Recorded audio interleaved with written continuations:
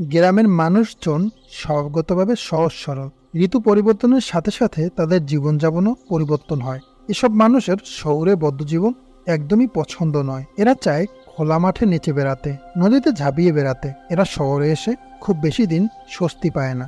তখন তারা আবার গ্রামের স্বাধীনতায় ফিরে আসে। লিটল ফরেস্ট মুভিটিতে আমরা দেখতে পাবো ঋতু পরিবর্তনের সাথে সাথে গ্রামের মানুষজনের জীবনযাপন সম্পর্কে। এছাড়াও মুভিটি দেখলে আপনি বুঝতে পারবেন শহরের তুলনায় গ্রামের জীবন কতটা সুন্দর হয়। সম্পূর্ণ মুভি জুড়ে রয়েছে হাসি, আনন্দ ও মানুষের বাস্তবিক জীবনের গল্প। যারা একটু ভিন্ন গল্পের মুভি পছন্দ করেন, আজকের মুভিটি তাদের জন্য। লিটল ফরেস্ট মুভিটি 2018 সালে মুক্তি পায়। কোরিয়ান এই মুভিটি সেই বছর সারা বিশ্বে সাড়া পায়। মুভিটির IMDb রেটিং 7.3 আউট অফ 10। মুভিটির অসাধারণ গল্পটি দর্শক থেকে শুরু করে মুভির ক্রিয়েটরদের সকলেরই অনেক পছন্দ হয়। তাই চলুন দেরি না করে এখনই মুভিটির এক্সপ্লেনেশন শুরু করা যাক। মুভির শুরুতে আমরা একটি মেয়েকে জঙ্গলময় একটি রাস্তায় সাইকেলিং করতে দেখতে পাই। আর ব্যাকগ্রাউন্ডে এই মেয়েটি বলতে থাকে তাদের এই গ্রামটা আপেল ও চালের জন্য বেশ বিখ্যাত। তাকে এই গ্রাম থেকে মার্কেটের জন্য শহরে যেতে হয়। আর এখন সে মার্কেট করে শহর থেকে গ্রামে ফিরছে। মেয়েটির নাম হেওয়ান। হেওয়ান আরও বলে সে আগে শহরে থাকতো, কিন্তু 3 মাস আগে শীতকালের সময় সে শহর থেকে গ্রামে চলে এসেছে। আর এখন থেকে সিন 3 মাস আগের ফ্ল্যাশব্যাকে চলে যায়। এখানে আমরা দেখতে পাই হেওয়ান ভরপেটাকে একটি রাস্তা দিয়ে হেঁটে তাদের গ্রামে ফিরছে। গ্রামের বাড়িতে ফিরে সে বাড়িতে কোনো খাবার না পেয়ে তাদের বাড়ির সামনে ভরপেটাকে একটি ক্ষেত থেকে কিছু সবজি তুলে নিয়ে স্যুপ তৈরি করে রাতের ডিনার শেষ করে।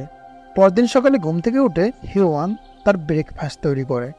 এরপর বাড়ি থেকে বের হয়ে বাড়ির সামনে জমে থাকা বরফ পরিষ্কার করে। ঠিক সেই সময় তাদের বাড়ির সামনের রাস্তা দিয়ে চলতে থাকা একটি ট্রাকের মধ্যে তার ছোটবেলার বন্ধু জিহাকে দেখতে পায়। বরফ পরিষ্কার শেষ করার পর সে সকালের নাস্তা শেষ করে কাঠ কাটার উদ্দেশ্যে বের হয়। কাঠ কাটার সময় হুট করে তার আরেকটি ছোটবেলার বন্ধু ইউনসু চলে আসে। অনেকদিন পর একে অপরকে দেখে প্রচণ্ড খুশি হয় এবং একজন আরেকজনকে জড়িয়ে ধরে। হেওয়ান ইউনসুকে বাড়ির মধ্যে নিয়ে আসে। বাড়িতে এসে দুইজনে গল্পগুজব শুরু করে। ইউনসু হেওয়ানকে বলে, তুমি হঠাৎ করে কেন ফিরে এলে? তুমি কি পরীক্ষায় পাশ করতে পারোনি? তোমার বয়ফ্রেন্ড কি পাশ করেছে? হেওয়ান তার এই কথার কোনো উত্তর না দিয়ে মনে মনে বলতে থাকে, কিছু বন্ধু আছে যারা তোমার আঘাতের জায়গায় আবার ঘুরিয়ে আঘাত করে। ইউনসু তার সেরকম একটি বন্ধু যে সবসময় হেওয়ানকে আঘাত করে কথা বলো। ইউনসু আবার একই কথা বলতে থাকে, আমি বুঝতে পেরেছি তুমি পরীক্ষায় পাশ করোনি, তোমার বয়ফ্রেন্ড পাশ করেছে, যে কারণে তুমি কষ্ট পেয়ে এখানে চলে এসেছো। এবার হেওয়ান ইউনসুকে বলে, আমি চলে এসেছি কারণ আমি খুবই ক্ষুধার্ত। এ বলে হেওয়ান মুচকি মুচকি হাসতে থাকে।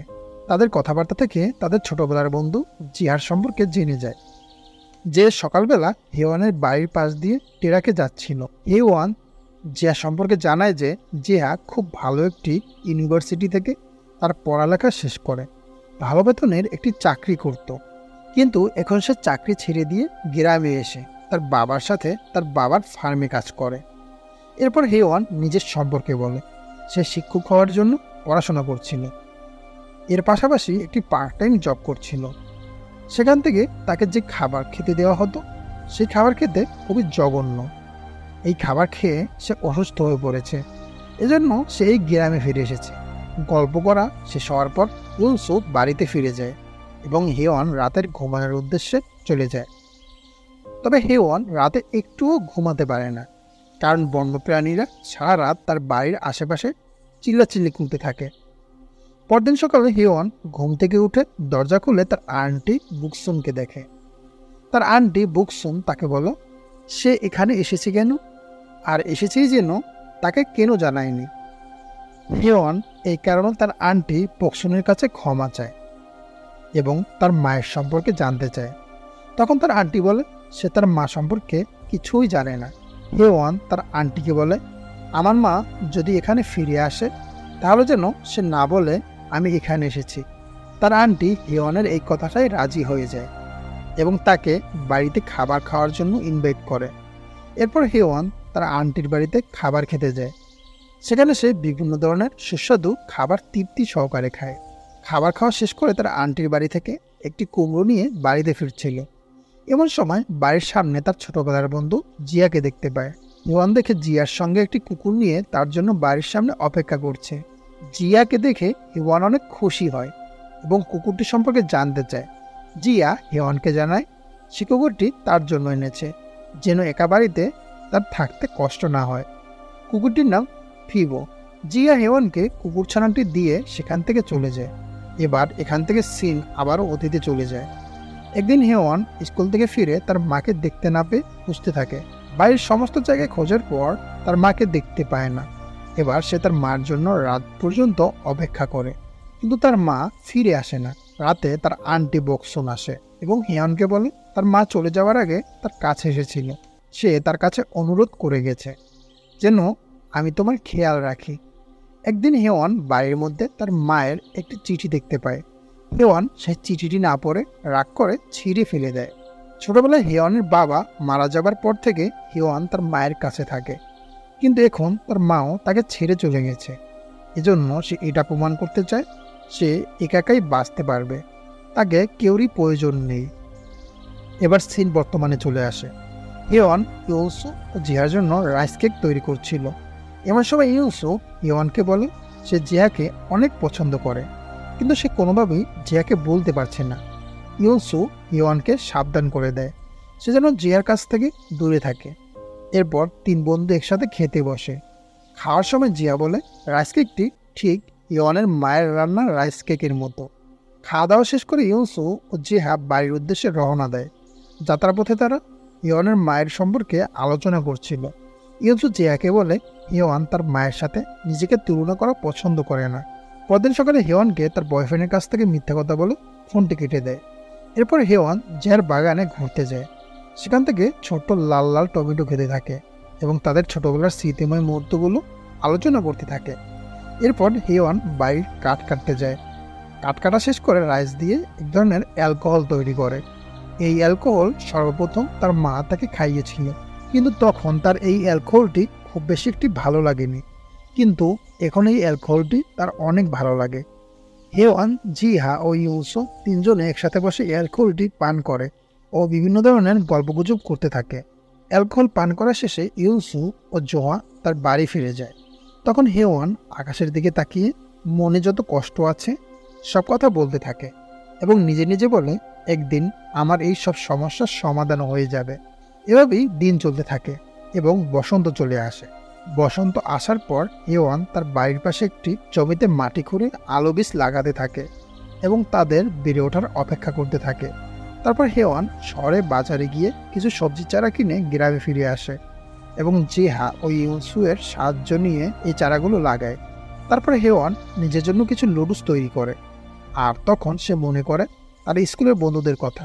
তার বন্ধুরা গ্রামকে ঘৃণা করত অনেক পোকামাকড়ের জন্য। হেওয়ান যেহেতু ছোটবেলা থেকে গ্রামে বেড়ে উঠেছে, তাই সে এসব পোকামাকড়কে ভয় করত না। সে এসব পোকামাকড়গুলো নিজের হাত দিয়ে ফেলে দিত। হেওয়ান রান্না করে অনেক আনন্দ পেত। সে যখন রান্না করত তখন তার মায়ের কথা মনে করত, আর সে নিজেকে তার মায়ের সাথে তুলনা করত। রান্না করা শেষ করে সে তার রান্না করা খাবার খুব মজা করে খায়। কিছুক্ষণ পর একটি লোক তাকে একটি চিঠি দিতে আসে এবং হেওয়ান তাকে বলে আমি কি চিঠিটি যিনি লিখেছেন তার কাছে ফেরত দিতে পারবো। লোকটি তখন হেওয়ানকে জানায় এই চিঠিটির মধ্যে কোনো নাম ঠিকানা নেই, তাই চিঠি ফেরত পাঠানো যাবে না। পরদিন হেওয়ান ও জিহা মাঠে ধান লাগাতে যায়। হেওয়ান জিহাকে বলে তার মাতার কাছে একটি চিঠি পাঠিয়েছে। এর উত্তরে জিহা হেওয়ানকে বলে তুমি তোমার মাকে নিয়ে এত টেনশন করো না, সে যেখানে আছে অনেক ভালো আছে। এভাবে গ্রীষ্মকাল চলে আসে। প্রচুর গরমের মধ্যে হেওয়ান তার বাগান পরিচর্যার কাজ করছিল। হেওয়ান টাকা উত্তোলনের জন্য ব্যাংকে যায়। এই গরমের মধ্যে সেখানকার এয়ার কন্ডিশনারের হাওয়া হেওয়ান অনেক এনজয় করছিল। ইউসু ব্যাংকের মধ্যে থাকা সকল লোকজনকে ঠান্ডা পানি দিল এবং সে হেওয়ানকে দেয় না। সে হেওয়ানের প্রতি রেগেছিল, কারণ ইউসুর ব্যাংকে কাজ সম্পর্কিত যত সমস্যা ছিল হেওয়ান সেগুলো শুনতে চায় না। ইউসু যখন হেওয়ানকে তার কাজ সম্পর্কিত সমস্যাগুলো বলছিল, হেওয়ান তখন ইউসুকে এই কাজটি ছেড়ে দিতে বলে এই শুনে ইউনসুক অনেক রেগে যায় এবং তার বাড়ি থেকে বের হয়ে যায়। পরদিন হেওয়ান ও জিহা বাগান পরিচর্যার কাজ করতেছিল। এমন সময় জিহা হেওয়ানকে বলে, তোমার কি মনে আছে ছোটবেলায় সবাই তোমাকে নিয়ে মজা নিত? জবাবে হেওয়ান বলে, এগুলো আমার অনেক খারাপ লাগে। আমি একদিন আমার মাকে এগুলো বলি, কিন্তু আমার মা চুপ করে থাকে। তখন আমার অনেক কষ্ট হয়। এরপর মা বলে, সবাই তোমাকে নিয়ে মজা নেয়, এতে তুমি কষ্ট পাবে না। তুমি যদি কষ্ট পাও তাহলে তারা তোমাকে নিয়ে আরও বেশি মজা নেবে। আর তুমি যদি এগুলোকে কিছু মনে না করো তাহলে তোমাকে নিয়ে আর মজা নেবে না। তুমি যদি তাদেরকে কিছু না বলো তাহলে তারা এমনি থেমে যাবে। এই কথা শুনে হেওয়ান অনেক রেগে যায়। তখন তার মা তার জন্য একটি সুস্বাদু খাবার তৈরি করে এবং তার রাগ ভাঙায়। তাই এখন হেওয়ান সেই খাবারটি তৈরি করে ইউনসুক কাছে নিয়ে যাবে তার রাগ ভাঙানোর জন্য। হেওয়ান খাবারটি তৈরি করে ইউনসুক কাজের জায়গায় নিয়ে যায়। ইউনসুক মজা করে খাবারটি খায় এবং হেওয়ানের প্রতি যত রাগ অভিমান ছিল সব ভুলে যায়। এরপর হেওয়ান নিজের জন্য কিছু খাবার তৈরি করে এবং তার মায়ের সাথে কাটানো ভালো কিছু স্মৃতিময় দিনগুলো মনে করতে থাকে। একদিন হেওয়ান ও তার মা গাছের নিচে বসে মিষ্টি টমেটো খাচ্ছিল। এমন সময় তাকে বলে, আমি আমার পরিবারের বিরুদ্ধে গিয়ে তোমার বাবাকে বিয়ে করছিলাম। খুব সুখে শান্তিতে আমাদের সাংসারিক জীবন চলছিল, কিন্তু এমন সময় তোমার বাবা মারা যায়। এরপরে আমি আর কোনো সম্পর্কে জড়াইনি। তার মায়ের এই কথার মাধ্যমে সে বুঝতে পারে তার মা এখনও তার বাবাকে অনেক মিস করে। একদিন রাতে হেওয়ান ও জিহা একসাথে শামুক সংগ্রহ করতে বের হয়। এরপর নদীর পাড়ে বসে সেই শামুক রান্না করে খায়। খাওয়ার সময় হেওয়ান ও জিহা একে অপরের গার্লফ্রেন্ড বয়ফ্রেন্ড সম্পর্কে আলোচনা করতে থাকে। আলোচনার মধ্যে বোঝা যায় হেওয়ান এখনও তার বয়ফ্রেন্ডের সাথে ব্রেকআপ করেনি, তবে সে তার বয়ফ্রেন্ডের সাথে সম্পর্ক রাখতে চায় না। কারণ হেওয়ান একদিন তার বয়ফ্রেন্ডের জন্য খাবার বানিয়ে নিয়ে যায়। সেখানে গিয়ে দেখে তার বয়ফ্রেন্ডের সামনে তার বয়ফ্রেন্ডের কিছু বন্ধুবান্ধব তাকে নিয়ে মজা নিচ্ছে। তার বয়ফ্রেন্ড এগুলোর প্রতিবাদ না করে উল্টো উপভোগ করছে। এগুলো থেকে হেওয়ান অনেক রেগে যায়। হেওয়ান ও জিহার গল্পের মাঝে ইউনসু এক বোতল ওয়াইন নিয়ে আসে এবং তারা তিনজনে একসাথে অনেক মজা করে। কিছুক্ষণ পর হেওয়ান তার বয়ফ্রেন্ডকে ফোন দিয়ে তার সাথে ব্রেকআপ করে। পরবর্তীতে তাকে জিজ্ঞাসা করলে সে বলে, আমি তাকে কি বলেছি, আমার তো কিছুই মনে নেই। এভাবেই শরৎকাল চলে আসে। ফিবু এখন অনেকটাই বড় হয়ে গেছে। একদিন হেওয়ান ব্যাংক থেকে টাকা উত্তোলনের জন্য যায়। সেখানে গিয়ে ইউনসুর সাথে আলাপ আলোচনা করে। তাদের আলাপ আলোচনা দেখে বোঝা যায় হেওয়ানের ব্যাংকের টাকা শেষ হয়ে গেছে। এজন্য ইউনসু হেওয়ানের বাইরে খাওয়ার প্রস্তাব দেয়। সে জিয়াকেও নিয়ে আসতে বলে, কিন্তু হেওয়ান বলে জিয়া অনেক ব্যস্ত, সে মনে হয় আসতে পারবে না। তুমি যদি ওকে এতই পছন্দ করো তাহলে বলে দাও না কেন। এরপর হেওয়ান ইউনসুকে বলে, আমি আগে যেখানে কাজ করতাম সেখানে কাস্টমার আমার সাথে খারাপ ব্যবহার করছিল, এজন্য আমি কাজটি ছেড়ে দিয়েছি। জিয়া যেখানে কাজ করতো সেখানে তারপর তার সাথে অনেক খারাপ ব্যবহার করত, এজন্য জিহাও সে কাজটি ছেড়ে দিয়েছে। এইসব শুনে ইউনসুর মনে অনেকটা সাহস নিয়ে একদিন এক পার্টিতে তার বসের উপর আঘাত করে মনের মধ্যে যত রাক্ষোভ ছিল সব শেষ করে দেয়। একদিন হেওয়ান ও ইউসুফ বাইরে খাবার খাওয়ার সময় জিয়াকে তার এক্স গার্লফ্রেন্ডের সামনে হেঁটে চলে যেতে দেখে। এ দেখে ইউসুর অনেক মন খারাপ হয়। ইউসুর মন ভালো করার জন্য হেওয়ান তাকে বাড়িতে নিয়ে আসে, এসে রান্না শেখায়। তবে রান্নায় ঝাল অনেক বেশি হওয়ার কারণে তারা সেই খাবারটি খাওয়ার সময় তাদের চোখ দিয়ে পানি পড়তে থাকে। ঠিক ওই সময় জিহা সেখানে এসে পৌঁছায়। জিয়া তাদেরকে জানায় তার এক্স গার্লফ্রেন্ড তার কাছে ফিরে আসতে চায়, কিন্তু সে তার এক্স গার্লফ্রেন্ডকে ফিরিয়ে দিয়েছে কারণ সে এখন অন্য কাউকে পছন্দ করে। কিছুদিন পর হেওয়ান জঙ্গলের মধ্যে থেকে চেস্টনাট সংগ্রহ করে। সে চেস্টনাটগুলো দিয়ে সে এক ধরনের সুস্বাদু খাবার তৈরি করে। একদিন হেওয়ান জিহার আপেল বাগানে যায়। তখন জিহা হেওয়ানকে তার কাজে সাহায্য করতে বলে, কিন্তু হেওয়ান জিহাকে বলে, আমি এখন অনেক ব্যস্ত আছি। এটা শুনে জিয়া তাকে বলে, নিজেকে এভাবে ব্যস্ত রাখলে কোনোভাবেই সমস্যাগুলো সমাধান হবে না। এতে হেওয়ান কিছুটা বিরক্ত হয় এবং সেখান থেকে চলে যায়। রাতে অনেক ঝড় হওয়ার কারণে গ্রামের সকল ফসলের অনেক ক্ষতি হয়ে যায়। হেওয়ানের আন্টির ধান ক্ষেতেরও প্রচুর পরিমাণে ক্ষতি হয়। এ দেখে হেওয়ানের আন্টি অনেক উদাস হয়ে পড়ে। এরপরে হেওয়ান তার আন্টিকে পুড়ে যাওয়া ধানগুলো তুলতে সাহায্য করে। পরদিন হেওয়ান জিহার আপেল বাগানে গিয়ে দেখে তার আপেলগুলো ঝড়ে পড়ে গিয়ে নষ্ট হয়ে গিয়েছে। হেওয়ান জিহাকে বলে, চাষে এত ক্ষতি হওয়া সত্ত্বেও কেন সে চাকরি ছেড়ে চাষাবাসকে বেছে নিল। জবাবে জিহা বলে, চাষ করলে শারীরিক কষ্ট হয় কিন্তু মানসিক কোনো কষ্ট হয় না। এখানে কোনো চিটিং নেই, আমাকে কেউ কিছু বলার নেই। এগুলো শুনে হেওয়ান বুঝতে পারে জিহা কি বলতে চাচ্ছে। এরপর হেওয়ান বাড়ি ফিরে আসে। সেই সময় জিহা হেওয়ানকে তার কাছ থেকে কিছু টাটকা আপেল ছিঁড়ে দেয়। বাড়ি ফিরে হেওয়ান আপেলগুলো খোসা ছাড়িয়ে বাইরে শুকানোর জন্য দেয়। তখন তার মনে পড়ে তার মাও ঠিক এইভাবে আপেল শুকনো দিত। কারণ হিসাবে তার মা বলতো এভাবে আপেল শুকিয়ে রাখলে আপেলগুলো অনেকদিন ভালো থাকে। একদিন হেওয়ান যখন স্কুলে যাচ্ছিল, তার মা তাকে খাবার খেতে যেতে বলছিল, কিন্তু হেওয়ান খাবার না খেয়ে সেখান থেকে চলে গিয়েছিল। এতে তার মা অনেক কষ্ট পায়। তারপর তাকে একটি চিঠি লেখে। সে লিখেছিল, হেওয়ান, আমার খুব অল্প বয়সী বিয়ে হয়েছিল, যার কারণে আমি আমার স্বপ্নগুলো পূরণ করতে পারিনি। আমি হাল ছেড়ে দিয়েছিলাম। আমার মনে হয় আমার স্বপ্নগুলো পূরণ করার সময় এখন চলে গিয়েছে, কিন্তু তবুও আমি বাইরে যেতে চাই এবং নিজের সঙ্গে কিছুটা সময় কাটাতে চাই। আমি সর্বদা বলি সব কিছু সময় মতো হবে, আর এটাই আমার জন্য ঠিক সময়। তোমার বাবা মারা যাবার পর আমি শহরে ফিরে যাইনি, কারণ আমি সবসময় চেয়েছিলাম তুমি গাছপালার মধ্যে বেড়ে ওঠো।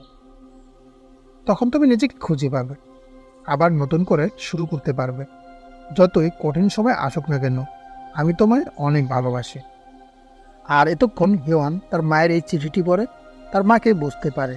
হেওয়ান আবারও সেই চেষ্টাটের জঙ্গলে যায় আর বলে, আমি জানি না মা, তুমি প্রকৃতি, রান্না আর আমাকে ভালোবাসতে এটাই ছিল তোমার লিটল ফরেস্ট।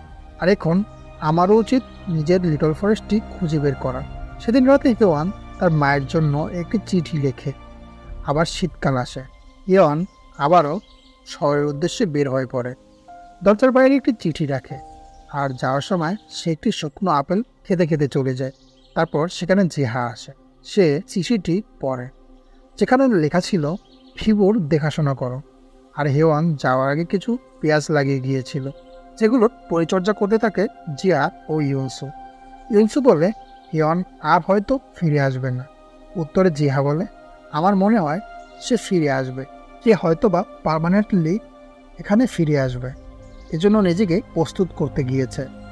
অপরদিকে হেওয়ান একটি রেস্টুরেন্টে কাজ করতে শুরু করেছে। আবার বসন্তে হেওয়ান তার গ্রামে ফিরে আসে। তার লাগানো পেঁয়াজগুলো তুলে সুস্বাদু খাবার তৈরি করার সময় জানালা দিয়ে দেখে ফিবো দৌড়ে আসছে। হেওয়ান তাকে গিয়ে জড়িয়ে ধরে আর দেখে জিয়া ফিবোকে তার কাছে পৌঁছে দিয়ে চলে যাচ্ছে। তারপর হেওয়ান তার বাইর ফাটা চালে মাটির প্রলেপ দেয় এবং সাইকেল নিয়ে বের হয়ে সারা গ্রাম ঘুরে আসে। সারা গ্রাম ঘুরে বাড়ি এসে হেওয়ান দেখে তার বাড়ির দরজাটি খোলা। এরা দেখে হেওয়ান হাসতে হাসতে দরজার দিকে যেতে থাকে, কারণ সে মনে করে হয়তো অবশেষে তার মা ফিরে এসেছে। আর এখানে মুভিটি শেষ হয়ে যায়। যারা হিলিং টাইপের একটি ড্রামা করেছেন তাদের জন্য এটি একটি মাস্ট ওয়াচ ড্রামা। এখন পর্যন্ত এই ড্রামাটি দেখেছে তাদের কাছে এটি সেরা হয়ে উঠেছে। এখানে আপনি গ্রামের মানুষের হাসি কান্না থেকে শুরু করে তাদের জীবনযাপন, একে অন্যের প্রতি ভালোবাসা, সবকিছুই খুঁজে পাবেন। সোজা কথায় এটি একটি ফুল প্যাকেজ মুভি। আপনার যদি নিজের মধ্যে রিফ্রেশমেন্ট প্রয়োজন হয়, তাহলে আপনি দ্বিতীয়বার না ভেবে এই ড্রামাটি দেখা শুরু করুন। আমি কথা দিচ্ছি আপনাদের ভালো লাগবেই। তো আজ এ পর্যন্ত। আবার আসবো নতুন কোনো অসাধারণ মুভি ও ড্রামার এক্সপ্লেনেশন নিয়ে। ততক্ষণ পর্যন্ত আমাদের সাথেই থাকুন। আল্লাহ হাফেজ।